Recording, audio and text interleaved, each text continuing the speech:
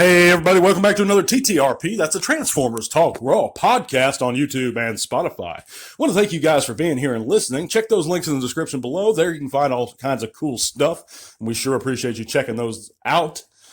But I'll thank you for joining me on this midweek segment, and I know I don't usually record at this time, or at least my schedule's changing to where it's just on Mondays and Fridays, but I had to get something uploaded to cover these new releases, or these new reveals that we have in the Transformers collecting hobby. One of them is going to be Impactor, who comes with Spindle, the fossilizer. Impactor is a retool of some figures we've previously gotten. Looks to be I know he's a new chest on him.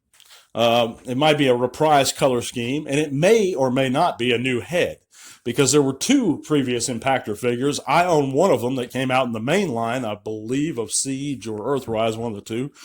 Who has a different head, but then there was another one that was previously released with a clear Mirage in a set.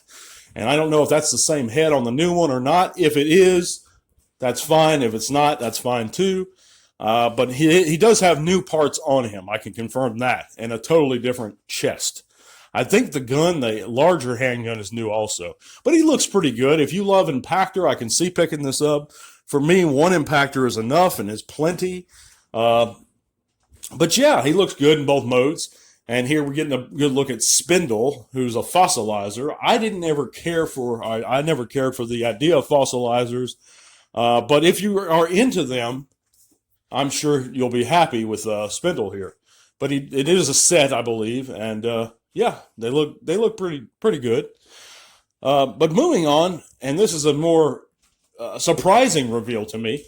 We have a Studio Series 86 RC image, and this looks to be maybe a slight retool, recolor of the previous Earthrise Kingdom RC that we've already gotten.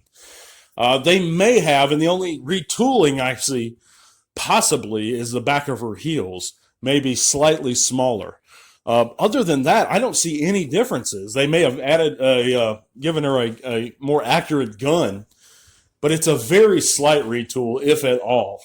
To me, guys, it's really a slap in the face, because they should have given her the Kingdom, or the Earthrise Kingdom RC, these paint apps to begin with.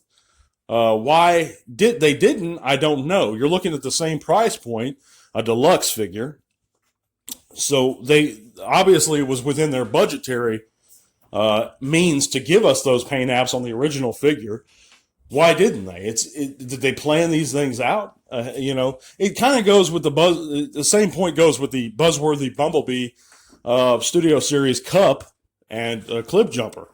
If they knew that they were going to come out with more accurate, screen-accurate paint schemes from the beginning, why didn't they give us those from the beginning?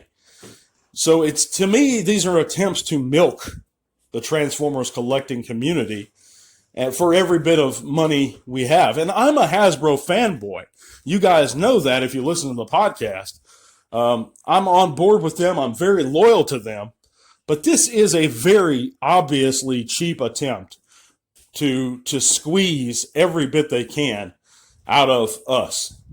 Now, is that wrong? I mean, they are a company. They are trying to make money.